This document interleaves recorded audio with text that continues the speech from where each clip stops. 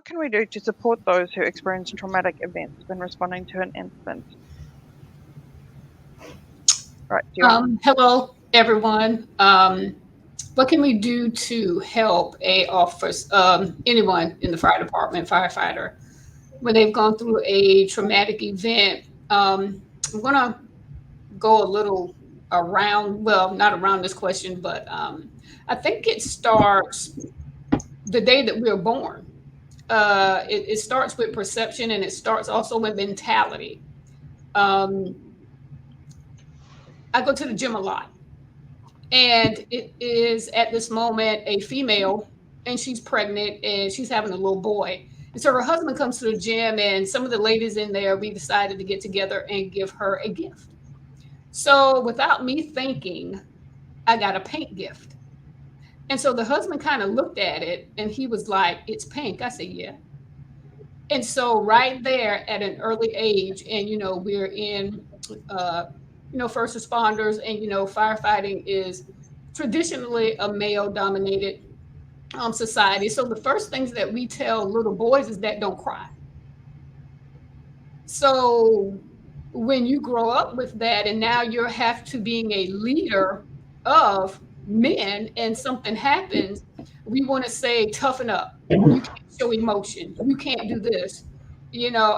People show emotions different ways, so I'm thinking that it's our mentality that can help people. And I think the chief on the previous question said it's a tradition of the fire service that we just suck it up, but we have to allow the opportunity for people to express themselves openly and freely before they go to outside metrics, negative outside metrics, like, alcohol, drugs, or one of those things. So when we're around the station, it is very um, great to know the person, know if they're okay, know if they're not.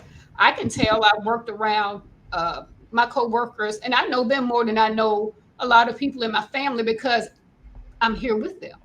So I know when something's not going right. So the best thing that we can do is definitely support them. Make sure that they know that they can come to you, because a lot of firefighters don't come to you because they are like, well, I didn't go to this person, I didn't go to this officer because I'm afraid that they would say something to somebody else. So make sure that that they know that they can come to you, and it won't go as far as it's gone. And to be educated so that if you don't know the steps to get them help, that they can get the help that they need. It should be, a department situation. I love mealtime. I'm a vegetarian, so I don't eat, and I'm from the South in the United States, and we fry everything. So I just sit there, and I get to know my firefighters. I get to know what they like, what they don't, and I get to tell how they are, so that if I see something wrong, especially after and it doesn't have to be on scene, something traumatic. We just had a firefighter that his wife had a miscarriage. That's traumatic, because I don't want that firefighter going into any structure and their head is not right. And I went to that firefighter and asked them, hey, is everything okay? Are you mentally okay? And the firefighter said yes. And a couple of weeks after that, the firefighter said, thanks for checking on me.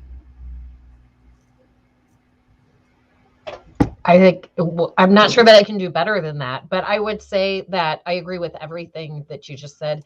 And I would also say that, the question in terms of how can we support them when they're experiencing traumatic events when responding to incidents? And I would say that I think if you're doing it when people are responding to incidents, you're too late. I think you have to have those resources and those relationships built up ahead of time. We have, when we look at the data on what's effective, it's having a program that's built before it's ever needed by anyone. It's making sure that you have folks who are trained up on how to have that conversation, because it is like, and you gave the perfect example of, like, we train little boys not to cry, and we tell them that that's not manly, so don't do it. It's also not manly to reach out to someone and be like, hey, are you doing okay? Or I've noticed that something's off with you. What's going on? And so I think that supporting people as they respond to incidents is too late. It has to be kind of the big picture ahead of time. People have to be invited to know how to talk to people and how to keep track of other people and how other people are doing and monitor, because honestly, sometimes the worst person to assess how someone's doing is someone themselves. You know, it's in my family, like I have to be. I feel like I'm of course always right and always fine, but my sisters will sometimes be like, "Hey, you're like, I don't know what's up with you, but is everything okay? Because you've been different, or I haven't heard from you in a while, or whatever it is." And so I think it's helping people learn that it's okay to do those types of things, but then to reach out. And like you said, people appreciate that. Sometimes it doesn't feel like it in the moment, or it's intimidating in the moment, but knowing that and setting the expectation that that's just what we do. We just take care of each other, and doing that in the big picture before anyone goes to any type of traumatic incident that might bother them. Thank you both. It has actually made me think it's the same kind of worldwide in every industry, and in terms of how the cultural perspectives on discussing feelings and reaching out to each other, but it's magnified in an industry that's so much higher intensity and risk. So I appreciate you.